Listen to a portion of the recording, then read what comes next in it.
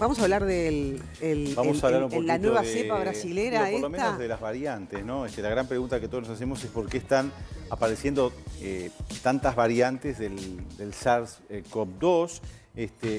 Un tema que generó preocupación desde que apareció el virus, porque habitualmente los virus mutan. Entonces, cuando surgió este SARS-CoV-2 y empezó a generar una pandemia, la gran preocupación desde el inicio fue: bueno, ¿y qué va a pasar a futuro? ¿Vendrán mutaciones que van a complicar el panorama?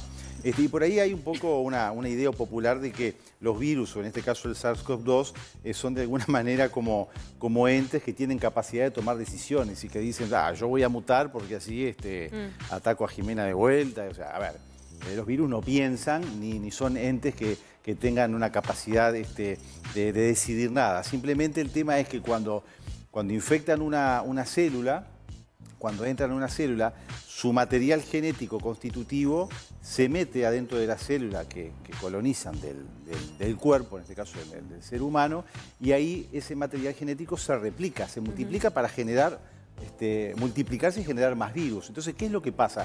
Acá es lo mismo que cuando ustedes están escribiendo en un teclado o en una vieja máquina de escribir y lo hacen rápidamente, porque aparte la capacidad de replicación es muy rápida, siempre alguna letrita les puede salir mal. Y eso ya genera una modificación en lo que es la secuencia genética. No es lo mismo escribir Fablet que escribir Fablet. Si yo en vez de la T pongo Faulet, como mucha gente le dice. Entonces, eso ya genera un cambio que muchas veces no tiene ningún tipo de consecuencias, pero en otros casos esas modificaciones, justo generan de alguna manera una adaptabilidad y mayor capacidad de acción en el virus que le permite, por ejemplo, que pueda ser más letal o que pueda transmitirse más fácilmente. Vamos a la primera placa, que creo que tiene que ver con esto, que es, en definitiva, lo que tiene que ver con la mutación. O sea, el virus invade, se replica y genera cambios en información genética. Y vamos a la siguiente.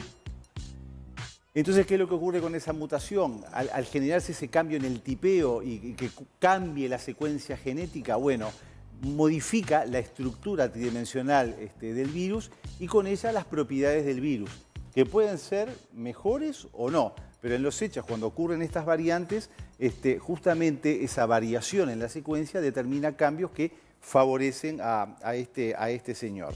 Entonces, la pregunta es por qué ahora es cuando aparecen más variantes y por qué esto está pasando. Bueno, porque de alguna manera estamos poniendo trabas a la transmisión. Al inicio de la pandemia no conocíamos mucho de las medidas, no conocíamos mucho del virus y todos estábamos expuestos a esa sola variante. Claro. Entonces ahí la gente se empezó a enfermar. Pero ¿qué ocurre? A medida que transcurrió el año, fuimos diciendo, bueno, sí, el tapaboca sí, porque genera mejor defensa, que el distanciamiento físico, gente que se fue enfermando y fue generando inmunidad, y ahora aparecen las vacunas. De alguna manera son todas trabas o frenos a la cepa tradicional del SARS-CoV-2, y eso determina entonces que estas nuevas mutaciones son las que de alguna manera se vean beneficiadas porque encuentran lugarcito. Exactamente, es como que se cuelan y tienen ahora lugar con todo lo que se implica. Ahora, si vamos a la tercera diapositiva, ¿qué es lo que pasa con esta variante?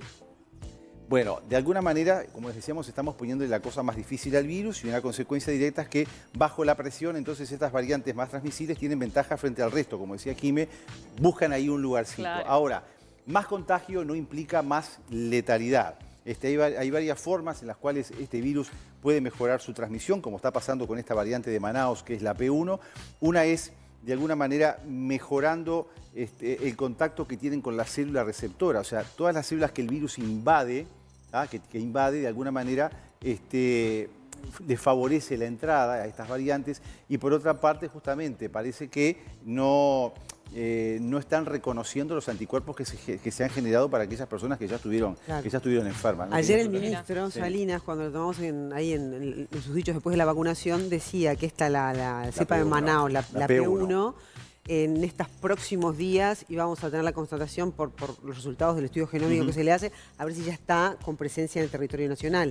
Porque es la que está amenazando ahora, es la que está en Río Grande, ¿no? Exactamente, sí, o sea, es la que puede haber cruzado, que probablemente lo haya hecho, porque todos los uruguayos que fueron a vacacionar a Brasil y volvieron sin ningún tipo de cuarentena y todo lo demás, pueden haberla traído perfectamente. Hay un seguimiento ¿no? ya de un año en Brasil, ¿no? De esta cepa que se originó en Manaus. Las 3/4 partes de la población de Manaus tuvo COVID, o sea, la cepa tradicional. Sí. Sin embargo, después vino una segunda ola en la cual justamente tuvo que ver con esta modificación genética. Los virus se comportan, digo, no es un patrimonio exclusivo del COVID, ¿no? No, los virus hacen esto que estás contando. Claro, esto no es por nuevo. eso es que la gripe nos tenemos que dar todos los años se todos los modifica. años porque va cambiando. No, Para se que da no todos los parezca años algo se raro, modifica. ¿no? Ahí está, con cepas Por nuevas eso. o variantes nuevas. Vamos a la siguiente plaquita para ir avanzando.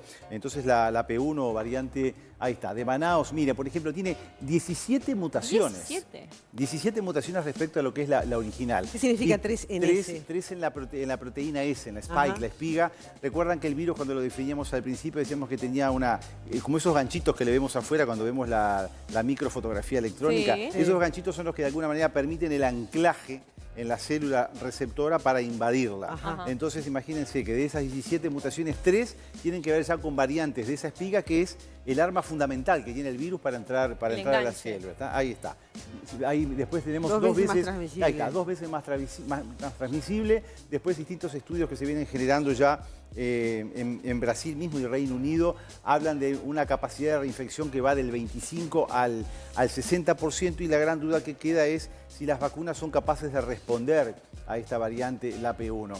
En realidad, lo importante es que, como decíamos, se transmite más, pero es menos letal. Claro. Y según se ha dicho, como ya hay una base en lo que tiene que ver con las vacunas, implicaría de alguna manera pequeñas modificaciones para hacer frente a estas nuevas variantes. En los hechos, como les decía, se está rastreando esta variante en Brasil desde hace un año, y de alguna manera los investigadores afirman que la variante P1, esta de Manaus, en realidad surgió con esa potencialidad más transmisible, aunque no tan letal, hace poco, en realidad por noviembre. Sí. Hace poco, por noviembre, que fue cuando se originó. Y viene bajando, obviamente, desde el norte de Brasil hacia el sur.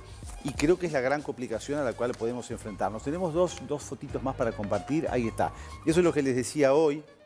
Un alto número de casos aumenta el riesgo de mutaciones. Ahí vemos cómo de persona a persona el virus va modificando. Por eso la importancia de la vacuna para frenar la transmisibilidad. Porque cuanto más transmisión hay, más contagios hay, más replicación hay en el nuevo receptor y, como les decía, más posibilidades en ese tipeo de la computadora de equivocarse y generar nuevas variantes que pueden ser complicadas. Y por último, una fotito más para compartir. Ahí están, ¿ven? Si ven la secuencia de arriba en rayitas de colores y la secuencia de abajo, ¿ven ahí? Sí. Tenemos rojo, verde, amarillo, amarillo, rojo, verde arriba. Sin embargo, en el cuadradito vieron que los colores cambiaron. O sea, al momento de replicarse para multiplicarse el virus en la célula que invadió, se genera ese cambio y eso genera o le da lugar al virus propiedades diferentes que pueden volverlo más agresivo. Más agresivo. Ahora, en cuanto a la cobertura de las vacunas que hoy tenemos en el Uruguay, en el caso de que ya se constatara la existencia de esta cepa de Manaus, ¿nos podemos estar tranquilos? En principio parece que sí. Digo, lo que pasa es que todavía no ha llegado la P1 a nuestro país. Claro. Y en Brasil, claro, son millones de habitantes.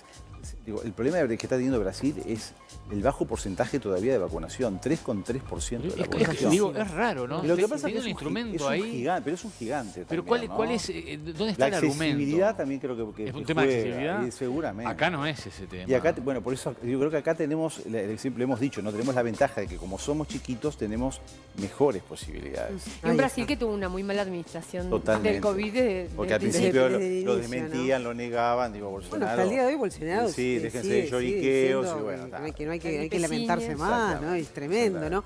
Fíjense cómo está el alcalde Abt, ¿no? Un hombre de 47 años acá en el Uruguay, sin ningún tipo de problema de salud, deportista, y tiene los pulmones seriamente comprometidos, está en el CTI, 47 años, ¿no? Entonces digo, no hay que reírse. Le mandamos pronta recuperación. ¿no? Absolutamente. Bueno, Alfie también está en el Británico ahí en cuidados, digamos, en sala, ¿no? Ya está fuera de peligro. Pero también esto ha generado, ya les vamos a estar contando, cuarentena en el gobierno, masiva cuarentena en el gobierno, ¿no? Y la hasta el punto se pregunta, ¿no habrán tenido que ser escogidos como un grupo de riesgo? Porque en definitiva hay un montón de funcionarios, de altos funcionarios en este momento a cuarentena.